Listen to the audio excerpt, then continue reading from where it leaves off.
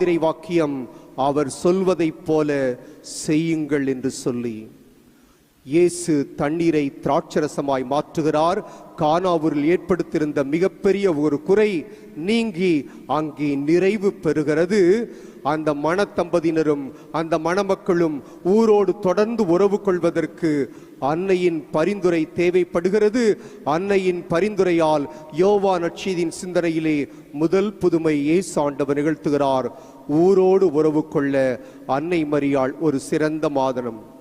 இறுதியாக மூன்றாம் நிலையிலே சமூகத்தோடு உறவிலே உச்ச கட்டமாக உலகத்தோடு உறவு கொள்ள, உலகமே அவருடைய உறவில் வாழ நாம் பார்க்கிறோம்.